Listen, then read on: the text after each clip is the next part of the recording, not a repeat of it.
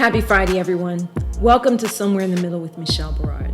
I'm your host, Michelle Berard, founder and CEO of Michelle Berard LLC.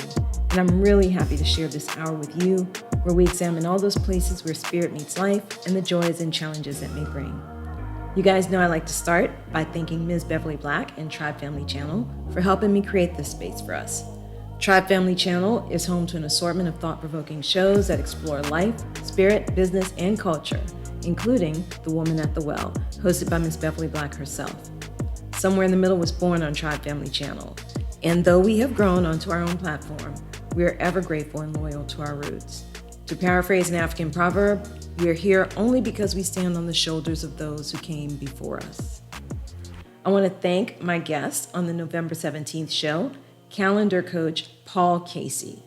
You can connect with Paul on social media and his website, www.paulcasey.org. That's PAULCASEY.org. If you missed that show, make sure you listen to the replay. You can find our complete show archives, including the November 17th show, at the somewhereinthemiddlepodcast.com. I also want to shout out Bruce George of the Genius is Common movement, which encourages all of us to embrace our inner genius and share it with the world. It is essential that we share this message with the youth. But it's not just for the youth. We all need to be reminded sometimes that the world needs our genius. Learn more about the Genius is Common movement at www.geniusiscommon.com. Now, I think you guys are really going to enjoy this month's guest. She helps parents and college-bound children find the right school and the resources to graduate from college debt-free. Shellee Howard is the founder and CEO of College Ready and CR Tutoring and Test. She is a college graduate and is a Certified Independent College Strategist.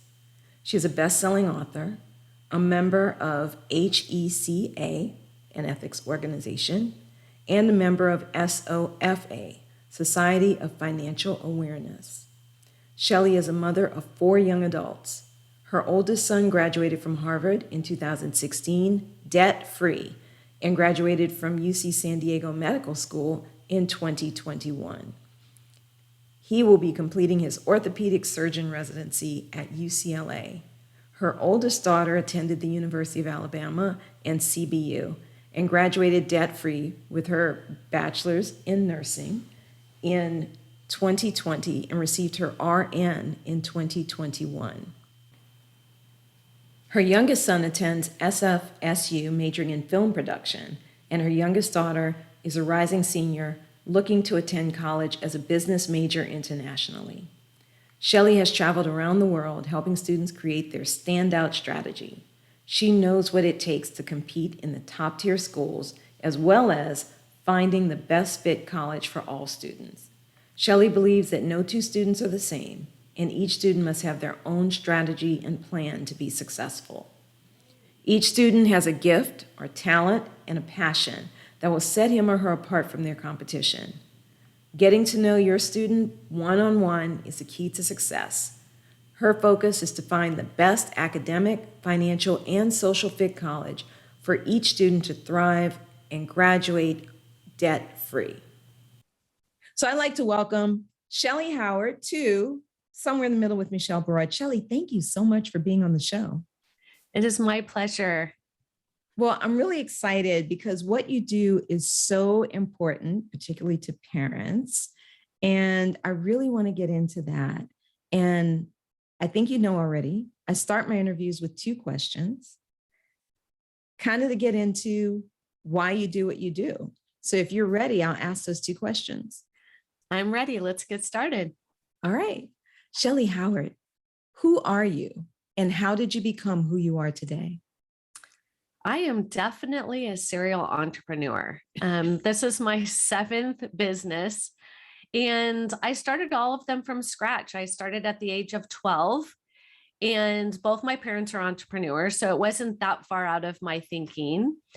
And really, each of my businesses have come to me. I've not sought out any of them. And College Ready started when my son came home from 8th grade and said, "Mom, I know exactly what I want to do when I grow up and where I want to go." And I was like, really? Because most adults still are trying to figure it out. Mhm. So for me, I'm a mom. I have two children biologically and two stepkids. My oldest went to Harvard for 4 years for free, then on to medical school at UC San Diego, and is now an orthopedic surgeon resident at UCLA. And so that's number one. And then number two, 4 years later, is a registered nurse working at a pediatric hospital, and she went to University of Alabama for free. And now my stepson, he is a freshman at San Francisco State, going to do broadcasting. And then I have a high school senior. And then I just brought home a exchange student from Italy. So I can't get enough of my teenagers. I love them very much. Teenagers are the best. I know some people say they're the worst, but I think they're awesome. Oh, I live in a world of I created my world of teenagers because I've always been a coach, a mentor throughout my lifetime, whatever career it was. It's just, I was just a magnet to them. And now I get to talk to them all day long about their future, what they want to be, where they want to go, how they want to do it. And I mean, they give me so much credit. When they graduate and they get into a college, they call me, Shellee, I just got off right into Vanderbilt. And I'm so proud of you. And they act as if I'm part of that. And it's such a really neat feeling. Yeah, that's awesome. No, I think it's really interesting too, because the young people today have a different experience, at least based on what I saw with my three kids. The application process, the finding money for school process, all of that is so different than back in the 80s. When I started in college, I went to University of New Orleans my first year, and I think my entire semester cost like less than $800. Not anymore. Not anymore. And the application process was pretty simple. You wrote up a piece of paper. I know, paper, right? They probably don't even know what that means. You wrote an application on paper, almost like a job application, as I vaguely recall. And then, a few weeks later, somebody said, okay, here's your start date. It was not that hard. And I found with my kids, it was very challenging, this process. Now you've got to have so many extracurriculars. You've got to have so much job experience or something to explain what else you did besides school, volunteerism. How are you helping parents and students through that process? So it really depends on where they find College Ready. The interesting thing is I will have some people call me while they're pregnant and ask me, how do I start planning for college? And you're like, whoa. And then I have others in between elementary school, and it's just a conversation where I help them understand, just teach them to love to learn. That's all. I mean, if you're listening, it's just the love of reading is so important to the success of the student. And so before they're in 8th grade, it's really just, make it fun, make it education enjoyable, let them experiment, try other things. And then by the time they hit 8th grade is where people want to start getting a little more clear on who is the student, what are they good at, what are their gifts and their talents, what are their struggles, and start to help them and support them in both areas, celebrate their success, and, maybe tutoring or extra help in some of the other areas. And so College Ready, we are unique in that we start with students as young as when they promote from 8th grade. Okay. And we go through the whole 4 years with them. The reason why we started that is I found that dripping it gently over 4 years and helping them figure out, who am I? Why does it matter? Doing a passion with purpose project and getting clear without making mistakes on picking the right classes or doing a club that may not matter, or even just being too busy. These students think that busyness equals college, but that's not the case. And so helping them to get clear on why are they doing this? If they're just doing it for college and just checking the box, I really discourage it. Colleges are looking for amazing students to be themselves. They're not looking for a bunch of the same person because that would not be college. That would be all the same people. They're looking for diversity, not just in skin color, not just in ethnicity. Mm-hmm. They need business majors. They need art majors. That, they need every different kind of person. And so I help students one-on-one create their standout strategy and help them to get really clear. How much rigor do they really need? How many APs? How many IBs? They don't need to take all of them that are offered. And then we help them to understand, what is their test strategy? How many times to take it, where to take it, why to take it. And then we do what's called passion with a purpose. And I could talk all day about that one because that's my favorite. And then we help them get clear on leadership and extracurricular activities. But really what it comes down to is when they're ready to graduate, we want them to know who they are and why it matters and be able to convey that to a college. And we're not looking for just do this, this, this, and this. I tell people, think about it as if you were applying to a job. You have a very nice resume, deep and thoughtful and something to be proud of, or do you have no resume or maybe just one volunteer opportunity? That's what it comes down to. There's no particular one thing that's better than another. Mm-hmm. And so it's helping that student to take away the unknown, the anxiety, the stress that comes with just truly not knowing. And we simplify the process. And instead of making them ultra busy, ultra stressed, we make them very calm. And we have a process and a procedure, and all they do is just a little bit at a time. Now, in reality, some people do not find college ready until their sophomore, junior, or senior year. Mm-hmm. And we have a plan for them too. It's just a fire hose versus a slow drip. So that's how we differentiate of, how do we help them and when do we get started? So what is a standout strategy and why is it necessary? So think about it this way. Somebody will have your GPA or higher. Somebody will have your test score or higher. Somebody will have community service or more impressive community service or more hours. Somebody will have more leadership or better extracurricular. So instead of worrying about what everybody else is doing, we're focused on what that student will do to stand out without considering the noise out there of my sister's brother's best friend's daughter. And you're like, oh my gosh, but I don't have that many APs. And you're like, but that's your strategy. And then it's about picking the right college for the right student.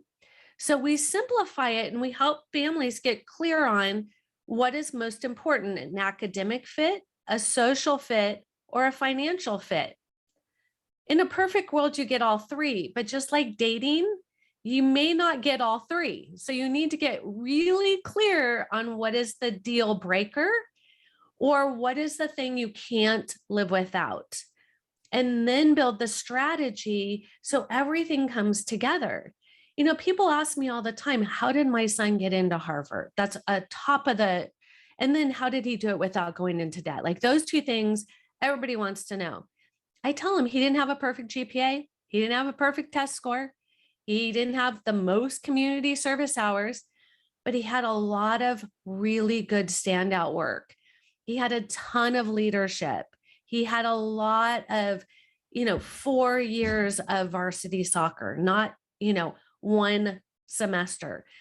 It's all about that student and what they bring that's what's most important. So when people start to get caught up in, I want my kid to go to this school, I ask why? Why that school? And that's the hard part. It's like, well, because they have a good football team. Well, I'm like, is he going to play football? Or they have a wonderful softball team. Well, is she going to play softball? So it's helping people almost simplify and strategize like you would a business transaction. I tell people, think about when you bought a home, your first home.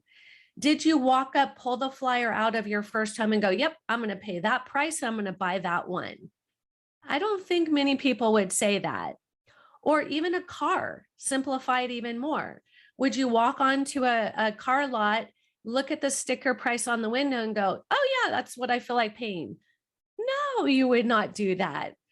But yet we leave this process up to our 17-year-old, and it's the cost of some people's home. A college education could cost the same, not in California, but in a lot of places, it is the same cost.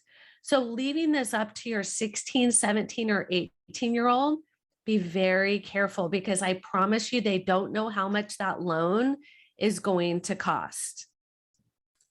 Well, and that's one of the things that I think is really interesting right now. So I come from a generation where parents just kind of, at some point, they're like, okay, bye, like I didn't feel like I had a lot of guidance in the whole college thing. Even the high school counselor, I don't think was particularly helpful. I came of age in the 80s. So, you got to a certain point, you were kind of on your own, figuring things out, much more so than kids today. And one of the things that, the way that I started the process, and tell me if this makes any sense, I said, okay, set up a spreadsheet and go research what you think you want to study. I do not believe it's what you actually want to study, but what you think you want to study. I know a lot of us end up studying things and then we get out of school and realize, man, I didn't want to do that at all. But you come up with the idea of what you think you want to study, look for programs that are good, schools that you think you're interested in. Let's create a spreadsheet and then let's start researching from there, because everything's online, no more paper brochures coming out and all that. So that seemed like a good place to get the kids started so that they could start thinking about that piece. Mm-hmm. Does that seem like a reasonable strategy for parents to take? Like, go ahead and start looking at schools and programs and thinking about what you want. It never hurts to look and think, but I think the missing piece in all of that is getting clear on what's most important. Do you need a financial offer? If that's mm-hmm. most important, and you start looking at these amazing schools like USC for $77,000 a year, do you really want your kid looking at that school? I mean, what if they fall in love with it? That's kind of dangerous.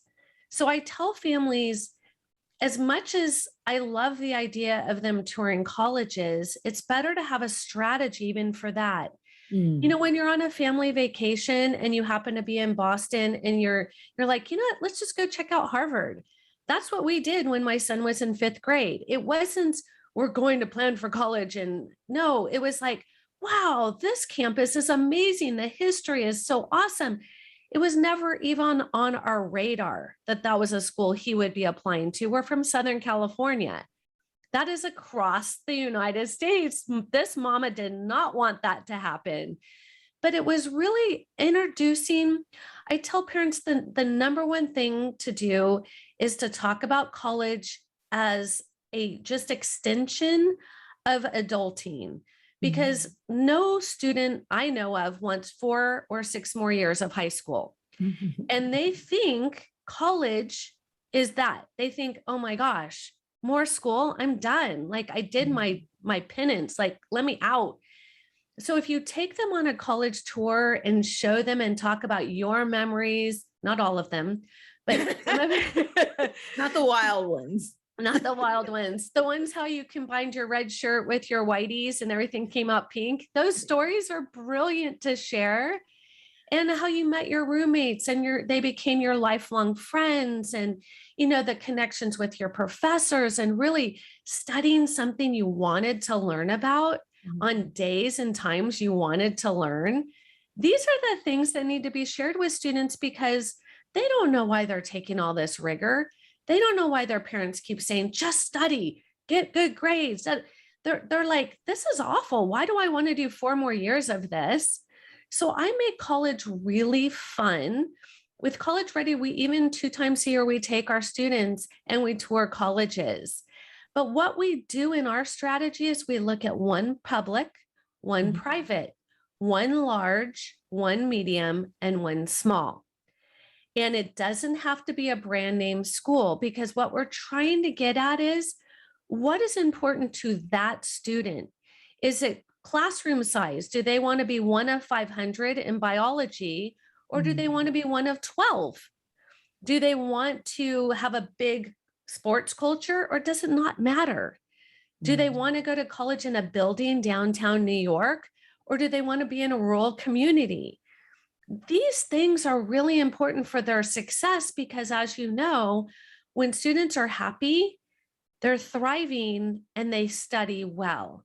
When they're lonely and sad and not connecting, that is not a good thing for them emotionally or academically. So that is the way we approach it, instead of just, Google is a scary thing. If you Google why you have a headache, it's because you have a brain tumor. You have to be very careful, right? What you Google. And I tell the same thing for students, because US News and World Report, as nice as we want to think that information is, it's really information what colleges want you to believe. And it's not always the exact facts. And so I tell students, even be careful what you Google and the resources that you're using, because not all of them are as solid as getting that information directly from the college themselves. So these are all things that I tell students to be careful about. And then when you pick a college, really get clear on the match of why that school. Is it a subject matter? Because if a student wants to go into psychology, I ask them what they want to do when they graduate. And if they say get a job, I know they haven't done their homework, because there's no job called psychology. You have to go back to school, and they're terrified when they learn this. Yeah. But if we're not having that conversation, who is? And it's not the high school counselor, because they say you're good at math, go to MIT. Nobody talks about the cost of MIT. Nobody talks about the social fit. Do you want to fight for every A? Because at MIT, you better be ready to bring your A game. So students have to get really clear on, what do they want? Do they need an alumni? Or, where do they want to live after school? I think we focus a lot on the exit strategy versus just getting them into an institution. We talk about what kind of career would you like? And they'll throw out some ideas, and I say, how much does that career make? Now, money is not everything, but I ask them, do you ever want to move out of your parents' home? And then money does get real, right? Yeah. And so I talk to them, I say, well, I love that you want to be an artist. Is that a hobby or a career? Because you don't just graduate from college and you're a high paid artist. So how will you sell your art? How will you market? How will you finance? Where will you get the capital? And they're all like, what? I just want to paint. Like, what are you talking about? So it's these hard conversations, and as a parent, right? You're a parent of 3, I am a 4. You know that when a parent talks, they hear want, want, want, want, want. And I'm going to stop you there, because I'm constantly surprised at the things that my kids remember that I say. Good. We had one Christmas in particular where all 3 of the kids were home from their respective places. And I'm upstairs in my room and I hear them saying, oh, you know how mom used to always say, blah, blah, blah, blah, blah. And I'm like, they actually paid attention. I didn't think they were. So parents, they really are paying attention. They just pretend like they aren't. I call it selective hearing for sure. They are listening, but I will tell you, I will say the same thing. And a parent right behind them is like, I have said this 10 times. Yeah. You say it once, they do it. Why? And I'm like, well, at least they're going to do it. It's like that you have to be happy. They're at least going to do it. And I love teenagers. So it's not, it's not even a generational thing. I think this has been going on for many, many generations where, they think a parent has these expectations and they don't want to let them down.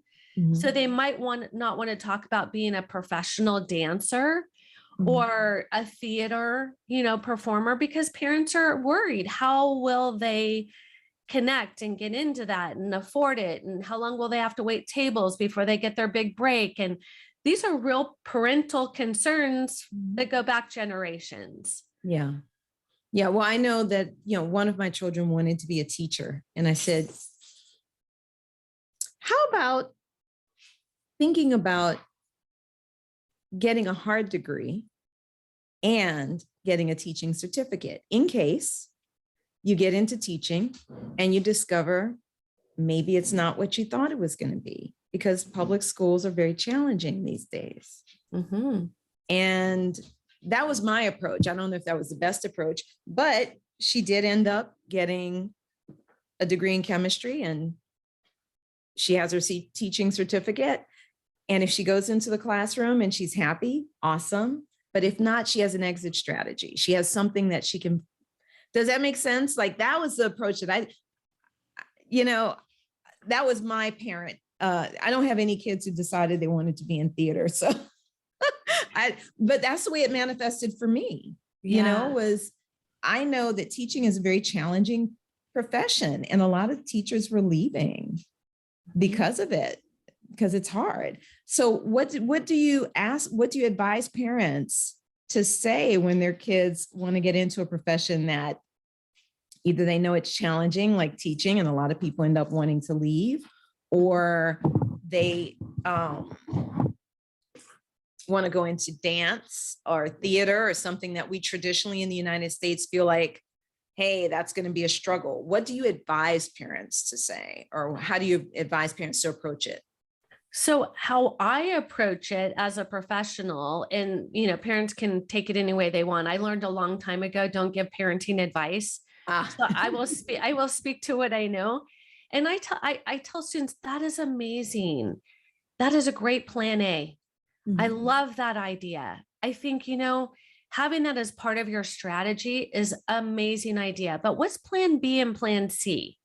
Just like you just said for your own child, just in case plan A doesn't pan out, what is the backup plan? Mm-hmm. And that is how we approach it. And then we talk about, how much debt would you have to incur to do plan A, and how long would you work for free? And they're like, what? I don't want to work for free. And I'm like, that's called a student loan. Yeah. And if you don't get a reduced or free education based on, merit scholarships, that's what it's going to cost. Mm-hmm. And they said, well, I don't want to work for free. And then I'm like, okay, then maybe we should do this and go get some merit scholarships and really get clear on, if I do this, at least I'm not in debt and I have a backup plan. So typically for my artists and my musicians, I will always recommend plan A or B that can be flip-flopped at any time, mm-hmm. is have a business major or minor. You can always sell art. Mm-hmm. You can always own a music production studio. Mm-hmm. They don't have a hard time when I say own or, right. be the one in charge, these are things. So instead of just saying, you know what, you're not going to be successful, it's really too hard, you're going to be a struggling artist, all those things as adults we know is a real thing. Right. But if you say that, they're just going to stop listening. Yeah. So I don't say that. I just talk about that's a great plan A. Yeah. I love it. It's telling them that I hear them, but I'm not shooting them down. And I think that's all they want, is to be heard. Teenagers, they just want to be heard. And a business major or minor for any of those type of wonderful dream, I call them passions. Mm-hmm. I'm also a professional photographer. That was one of my 7 professions that I started. And, that was never my major, but I fell in love with it and I made great money at it. But then the iPhone came out. So even the best laid plans, right? Yeah. But I had my business to fall back on. And so that's what I encourage students to look at and do the work early. And that's why I love when we have students in 9th and 10th grade, is because we can start talking about What are your gifts? What are your talents? What are you here for? Why are you on this planet? And who do you want to serve? Do you want to just work on your own in your home, or do you want to? And we do all of this in College Ready with our Passion with Purpose project. Mm-hmm. So first we not just ask, we have conversation with a student. What are you passionate about? You would think that would be easy. It is not easy for these teenagers because this technology is here now, fast, furious, and they spend a lot of time with it. Mm-hmm. I had one student ask Siri, what am I passionate about? Like, it was legit. Yeah. Really? Oh, it's interesting. I would encourage any parent listening on this podcast, ask their student, their child, to write down 10 things they're passionate about and then rank them and see how long it takes them. About the first 3 are easy. The next 3 are challenging. The rest are truly pretty hard. Students really struggle.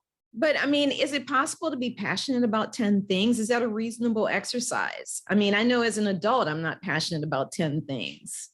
It is when you think about it this way. If you woke up on Saturday morning and you had nothing to do, and you had all the money and time in the world, how would you use that time?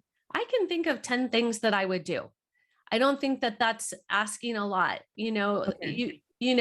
It could be sitting and reading a book with a cup of coffee. That could be quality, quiet time is what they're passionate about. It could be, I want to go ride my bike. I want to go to the beach. All of these things I want to, those are an indication that that's what they love. That's what they want. So it's not thinking about it in a way of something tangible. It's just figuring out who are they and what is important to them. Those are the things we're digging for. And then the harder one is when we ask them 10 things they would like to see changed in the world. So you have this generation of huge advocates. I mean, they want to do some amazing things. And I love that about them. And I give them all the time, money, resources they could come up with. They would do some amazing things.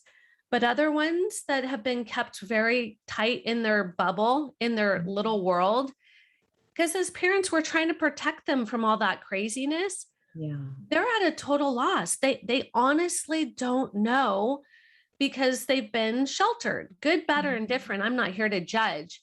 But if they don't know what they want to see changed in the world, it is hard to do community service because they don't know what needs to be fixed. Right. So, community service is all good, every single bit of it. But there's also better and best, right? Tutoring. That is such a nice thing for them to do if they like tutoring. But is that, wow, you tutored? No, that's pretty much every smart kid tutors at some point, some other person. Then you get into what's better. Maybe if a student has a heart for animals, they may want to make blankets or bedding or something for, the animals either at the shelter or the animals that are homeless. That is something they're passionate about. And so it means so much more to them than just showing up and tutoring. And then what's amazing is when they lead others to create change, where they truly find out. Right now, the biggest thing is depression and anxiety and all of the things that people are going through. A group of my students just created, it's called Healthy Minds. And they're using sports to help get students out of their funk. And so they love it. And this essay that they're going to be able to write about how they took this from a small idea to a national organization, that's amazing. But yet they're doing it with people they love. They're doing something they love, and they feel like they're really making a difference. But what they're really finding out, do I like to lead or follow? Do I like children or do I like elderly?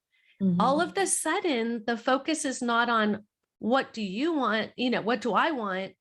But you're doing all of these things for other people and you're like, wow, I'm pretty good at this marketing thing, or I'm pretty good at this empathy thing. And that is a great way to start. Would that be a good career for you? Yeah. And then you have this whole different insight where they're leaving for college, knowing who they are and why it matters. Mhm. And their major actually sticks and they do something with it. That's awesome. That's Yeah. absolutely amazing.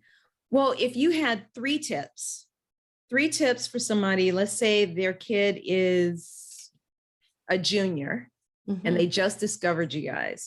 If you had 3 tips for that student, what would they be? The first one is find out what they truly are passionate about. It is the beginning to a successful application season. Number 2 would be realistic. What is a good academic fit, social fit, and financial fit? And number 3 is spend the time picking the right colleges. Our students earned $10.7 million in scholarships last year during COVID. And it was because we matched the student with the best school. And that is a critical piece to not going into debt. Got it. Awesome.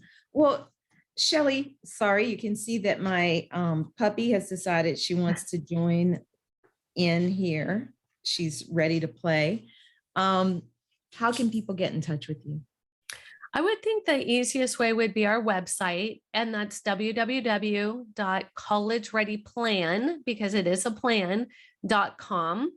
All our social buttons are there. And the other thing I recommend, I have a best-selling book, How to Send Your Student to College Without Losing Your Mind or Your Money. And you can get it on Amazon, or you can go to my website, and I'd be happy to send you a free copy for your listeners. So that would be my best advice. Well, that's awesome, because I wish I had that book before I started this journey with these kids. But let me tell you, somehow we made it through. I'm really glad that you're able to share. Guys, make sure you go to, it's collegereadyplan.com, right? Correct. Okay. Thank you, Shellee Howard, for being on Somewhere in the Middle with Michelle Berard. It's been my pleasure. Thank you so much. Well, that's our show this month, guys. You can reach me online at michelleberard.com. You can also find me on Facebook, Instagram, and TikTok as Urban Book Editor. Send me a note. I'd love to hear from you. Feel free to send in some topics you'd like us to cover on the show. We'll see you after the new year on January 19th in 2024, when my guest will be author and president of Go Get It Inc., Nefertira Fonda. You can find us once a month on Fridays at 5 p.m. Pacific, 6 p.m. Mountain, 7 p.m. Central, and 8 p.m. Eastern at the somewhereinthemiddlepodcast.com. Let's continue the conversation. You guys be good, stay mindful, and remain prayerful. And happy holidays. Be safe and enjoy the break. Peace and blessings, y'all.